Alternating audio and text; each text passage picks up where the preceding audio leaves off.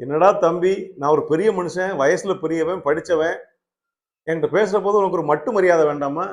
மட்டு மரியாதை இல்லாம இப்படி பேசுறியே? யோவ் பெருசு, பார்த்து போய்யா, வீட்டுல சொல்லிட்டு வந்துட்டியா?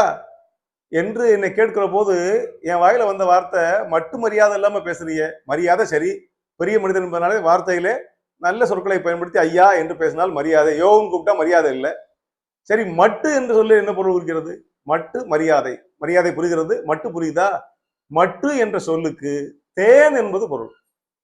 இனிக்கிற தேன், அந்த தேனுக்கு இன்னொரு சொல் தான் மட்டு.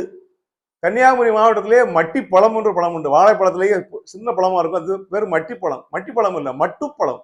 தேன் போல இனிக்கின்ற பழம். எனவே மட்டுப்பழம் என்று பெயர் மட்டி என்று மாறிவிட்டது. மட்டு என்றால் தேன். நாம் பொதுவாகவே யாரிடம் பேசினாலும் இனிமையாக பேச வேண்டும். தேனை போல இனிமையான சொற்களை பயன்படுத்த வேண்டும். இனிய உளவாக இன்னாத குரல் என்று சொன்னது போல இனிமையான சொற்களை பேச வேண்டும். அதுதான் மட்டு. மட்டுவாக பேசுகிறான் என்றால் இனிமையாக பேசுகிறான், மரியாதையாக பேசுகிறான்னா எனக்கு மரியாதை கொடுத்து பேச, ரெஸ்பெக்ட்ஃபுல்லா பேசுறான். ஆகவே மட்டு வேண்டும், மரியாதை வேண்டும்.